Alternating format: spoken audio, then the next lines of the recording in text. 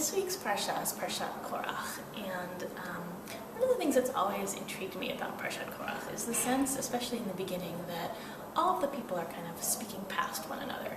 So the Parsha begins with Korach and his followers coming and speaking to Moshe, and what they say to Moshe is, they actually speak to Moshe and to his brother Aaron, and they say, Rav Lachem, it is a lot for you, Ki kol ha'edah kulam kedoshim, the whole congregation is holy, uvetocham Hashem, God is in the midst of all of them, umadu titnasu al kahal Hashem, and why are you elevating yourselves above the people of Israel?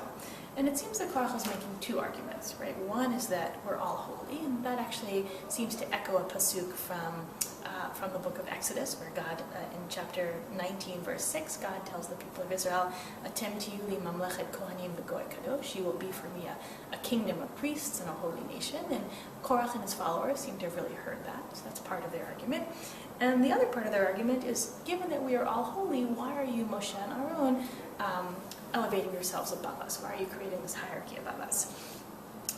When Moshe responds to them, interestingly, he doesn't really respond to the first point about everybody being holy and why then this need for a hierarchy. Instead, what Moshe says in response to them is, Boker v'yodah Hashem et ashelo ve'et hakadosh v'ikriv elav. In the morning, God will indicate, God will make known who God has really chosen and who will really be holy. And Moshe comes up with this plan where each one of them should take a fire pan and an incense, and God will kind of reveal in that manner who is really which people are the ones who are really chosen.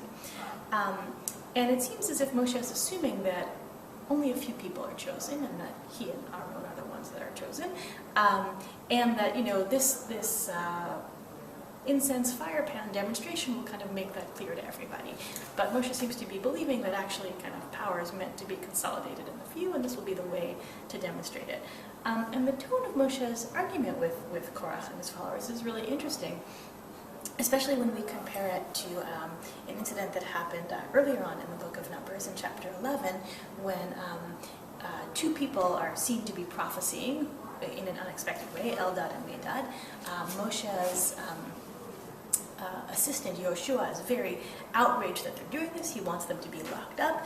And there, at that point, Moshe's response is, this is in chapter 11, verses 27 through 29, Moshe's response is, Umi yitin kol am Hashem nevi'im, right? Wouldn't it be great if actually all of God's nation were prophets? Ki yitin Hashem et rucho aleihem. If God were to instill God's spirit into all of them, wouldn't that be ideal? So there it seems as if Moshe would be thrilled if everybody could be a prophet, whereas here it seems as if he's very resistant to the idea that everybody could be a priest. He assumes that there only are certain people who are special, who are going to be chosen, and the goal is to demonstrate who those people will be. Afterwards, Moshe goes and speaks with Datan and Aviram, some more of Korach's followers, and interestingly, Datan and Aviram have a different sort of argument to Moshe. They're less interested in kind of general holiness or religious hierarchy, and instead their argument to Moshe is that Moshe is basically a false demagogue who's made promises that he's unable to keep.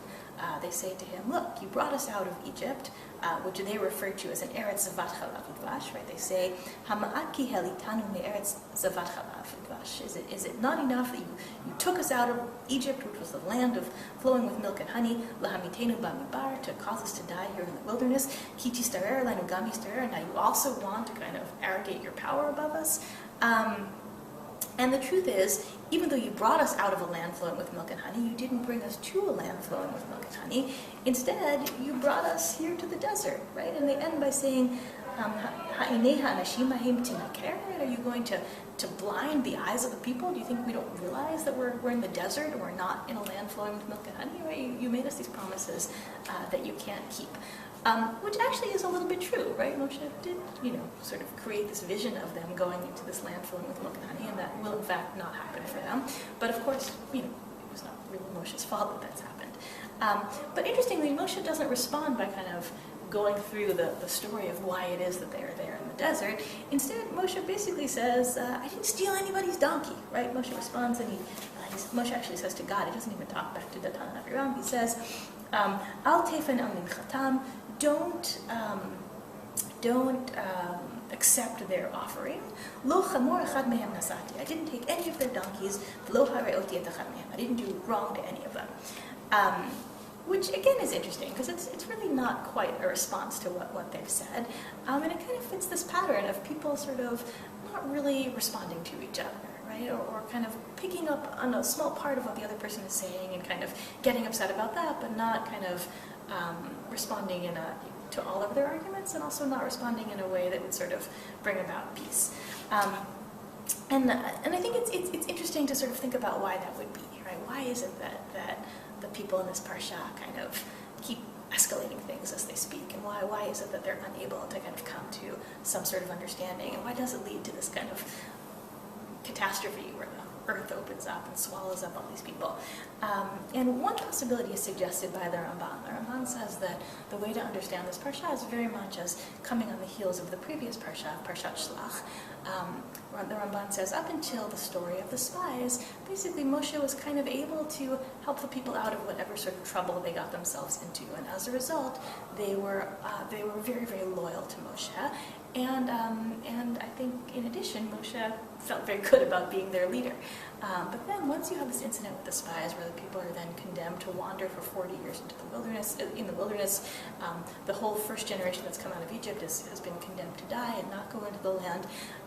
Suddenly, kind of the tone of all the interactions changes. The people are very resentful, and they've kind of lost their confidence in Moshe. And I think that Moshe also is feeling kind of perhaps less confident about his qualities as their leader. And because they kind of approach the conversation with a lot of sort of anger and insecurity to begin with, my sense is that they're less able to kind of really hear each other out and try to come up with some sort of peaceful resolution. Instead, everything they keep kind of hearing each other in kind of a narrow and bad way, and that kind of causes things to escalate the way they do in the parsha. And I think probably also brings about what is about to happen in next week's parsha, Parashat Korach, where not just are the people condemned not to go into the land of Israel, but Moshe himself is also, Moshe and Aaron are told that they will also not be able to go in. It seems as if both the people and their leaders have been shaken in such a way that it's difficult for them to recover, and perhaps a new generation with a new leader is what will be needed in order to actually get into the land of Israel. But we'll see more of that next week. Shabbat Shalom.